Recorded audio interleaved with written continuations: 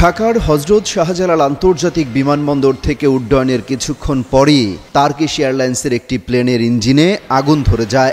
পাখি ঢুকে পড়ায় এমনটি ঘটেছে বলে জানা গেছে। তবে পাইলটের তাৎক্ষণিক সিদ্ধান্তে বড় ধরনের দুর্ঘটনা থেকে রক্ষা পেয়েছে বিমানটির 291 জন আরোহী। সকাল 7টার দিকে এই ঘটনা ঘটে। টার্কিশ এয়ারলাইন্সের TK713 নম্বর ফ্লাইটটি তুরস্কের ইস্তাম্বুলের উদ্দেশ্যে ঢাকার শাহজালাল আন্তর্জাতিক বিমানবন্দর থেকে উড্ডয়ন করে।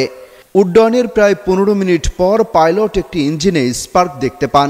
এ সময় প্লেনটি আকাশে চক্কর দিতে দিতে তেল পুরায় এবং পরে সকাল 8:15টার দিকে জরুরি অবতরণ করে। ওয়ালটন আবারও মিলিনিয়ার অফারে ওয়ালটন ফ্রিজ কিনে আপনিও হয়ে যেতে পারেন মিলিয়নিয়ার।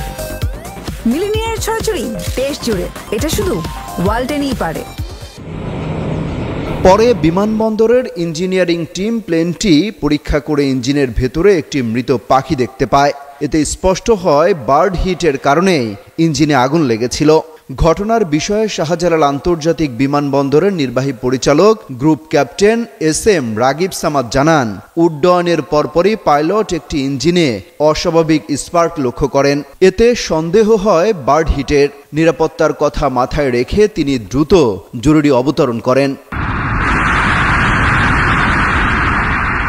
বিমানটিতে মোট যাত্রীর সংখ্যা ছিল 291 জন।